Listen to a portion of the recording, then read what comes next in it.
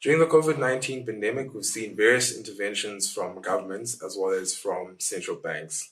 Governments around the world have implemented various stimulus packages. We saw this with the United States, the United Kingdom, as well as here in South Africa. Central banks have lowered interest rates around the world and have engaged in quantitative easing. Now, what quantitative easing is, it is essentially the printing of money by a central bank in order to purchase government bonds. In South Africa, we saw this with the South African Reserve Bank in March, whereby they purchased 1 billion rands worth of government bonds, and in April, whereby they purchased 11 billion rands of government bonds. This is done in an attempt to provide funds to the South African government in order for the South African government to meet their expenditure goals. Now, the negative consequences of quantitative easing is that it is inflationary.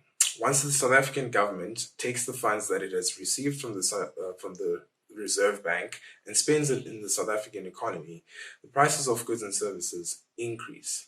Another point to consider is the negative consequences of the lockdown on businesses. Businesses are unable to produce as much as they did pre-COVID. This has an upward pressure on the prices of goods and services. Now, what does this mean for the average South African such as you and myself? It means that it will be more expensive for us to go about our daily lives. As well as for businesses, this will lead to an increase in the operating costs of businesses as well.